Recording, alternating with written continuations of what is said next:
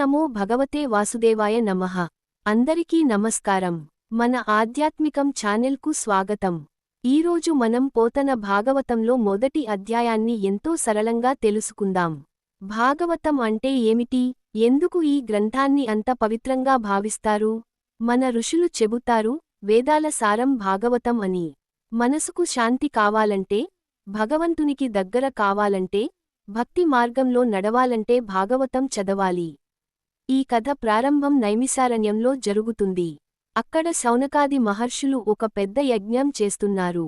కలియుగంలో మనుషులు ఎలా ధర్మంగా జీవించాలి, పాపాల నుండి ఎలా బయటపడాలి, భగవంతుణ్ణి ఎలా చేరుకోవాలి అనే సందేహాలతో వారు సూత మహర్షిని అడుగుతారు. ఓ మహర్షి, ఈ కలియుగంలో మనుషులకు అత్యంత మేలు చేసే మార్గం ఏమిటి అని ప్రశ్నిస్తారు. అప్పుడు సూత మహర్షి ఎంతో ఆనందంగా చెబుతాడు, భగవంతుని కథలు వినడం కంటే గొప్ప పుణ్యం లేదు. శ్రీహరి నామస్మరణ కంటే గొప్ప మార్గం లేదు. మనిషి జీవితంలో ధనం, పేరు, గర్వం అన్నీ ఒకరోజు పోతాయి. కానీ భగవంతునిపై భక్తి మాత్రం మనతో ఉంటుంది.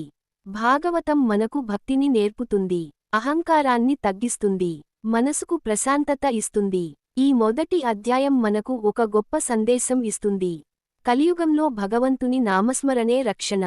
అందుకే మన పెద్దలు ఎప్పుడూ రామనామం, కృష్ణనామం జపించమని చెబుతారు. భక్తితో ఒక్కసారి గోవిందా అని పిలిచినా భగవంతుడు వింటాడు. ఇక్కడ మనం ఒక విషయానికి గుర్తుంచుకోవాలి.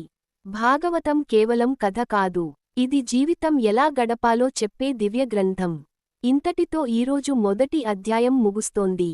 తర్వాతి భాగంలో వ్యాస మహర్షి ఎందుకు అసంతృప్తిగా ఉన్నాడు, నారద మహర్షి ఆయనకు ఏమి ఉపదేశించాడు అనేది తెలుసుకుందాం.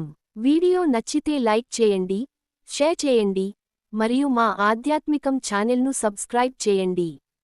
శ్రీకృష్ణార్పణమస్తు.